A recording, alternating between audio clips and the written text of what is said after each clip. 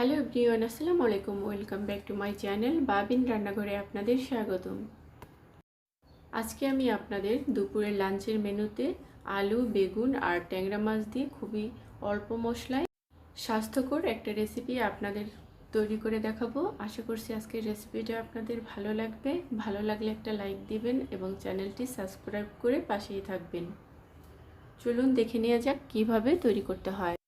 আমি এখানে আমার প্রয়োজন মতো কিছু বেগুন এরকম লম্বা লম্বা করে কেটে নিয়েছি, আর নিয়েছি একটা আলুটাও আমি এরকম লম্বা লম্বা করে কেটে নিয়েছি, আর নিয়েছি আমার প্রয়োজন মতো কিছু ট্যাংরা মাছ। এখন আমি চুলায় একটা হাঁড়ি বসিয়ে তারপর আমি এর মধ্যে দিয়ে দিচ্ছি 3 টেবিল চামচ রেগুলার রান্নার তেল।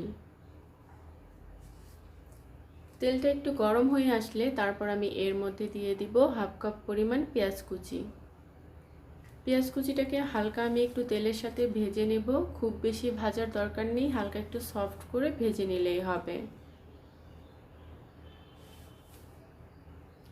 এরপর আমি এর মধ্যে দিয়ে দিচ্ছি 1 টেবিল চামচ আদা রসুন পেস্ট।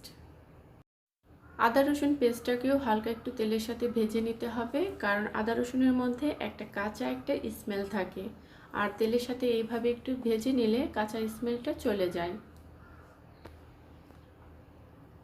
এখন আমি এর মধ্যে সামান্য একটু পানি দিয়ে দিচ্ছি। এরপর আমি মশলা দেব, যাতে মশলাগুলো পুড়ে না যায়, এজন্য আমি সামান্য একটু পানি দিয়ে দিচ্ছি।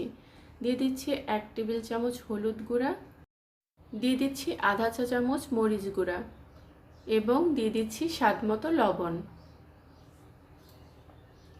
এখন আমি এই পানির মধ্যেই মশলাটাকে খুব ভালোভাবে কষিয়ে নেব। মশলার গ্রেভি থেকে যখন এরকম তেল উঠে আসবে তখন আমি এর মধ্যে ট্যাংরা মাছগুলো দিয়ে দিব।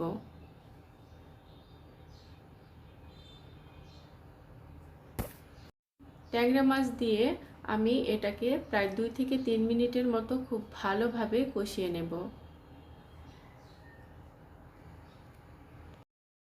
যেহেতু মাছটাকে আমি ভেজে রান্না করব না, মাছটাকে আমি কাঁচা রান্না করব, এই জন্য মাছটাকে খুব ভালোভাবে আগে থেকেই কষিয়ে নিতে হবে।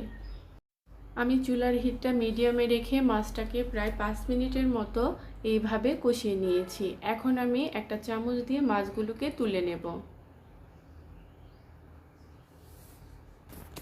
সবগুলো মাছ এইভাবে তুলে নিয়ে আমি সাইডে রেখে দিব পরবর্তীতে ব্যবহার করার জন্য। এরপর আমি এই মশলার মধ্যে দিয়ে দিচ্ছি আলুটা একটু শক্ত সবজি, এই কারণে আলুটাকে আমি আগে ভালো করে কষিয়ে নেব।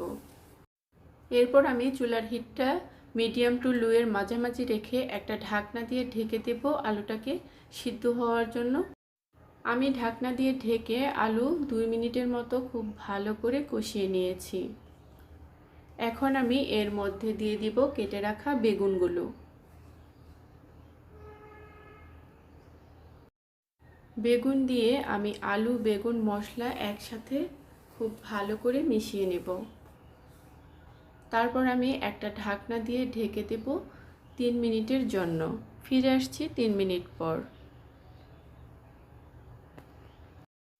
সবজিগুলো খুব ভালোভাবে কষানো হয়ে গেছে। এখন আমি এর মধ্যে দিয়ে দিচ্ছি মেজারমেন্ট কাপের 1.5 কাপ পরিমাণ পানি। এখন আমি একটা ঢাকনা দিয়ে ঢেকে দেব 2 মিনিটের জন্য। 2 মিনিট পর যখন এইভাবে বলক উঠে আসবে তখন আমি এর মধ্যে মাছগুলো দিয়ে দিব।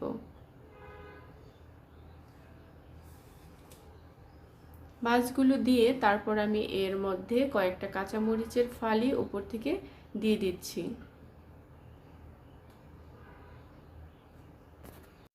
এখন আমি আর কোনো ঢাকনা দিয়ে ঢেকে দিব না, এইভাবেই আমি 5 মিনিটের মতো জাল করে নেব। তাহলেই তৈরি হয়ে যাবে আলু বেগুন দিয়ে ট্যাংরা মাছের ঝোল। তো ভিউয়ার্স, এরকম আরও নিত্য নতুন রেসিপি পাওয়ার জন্য আমার চ্যানেলটা সাবস্ক্রাইব করে আমার পাশেই থাকবেন। আল্লাহ হাফেজ।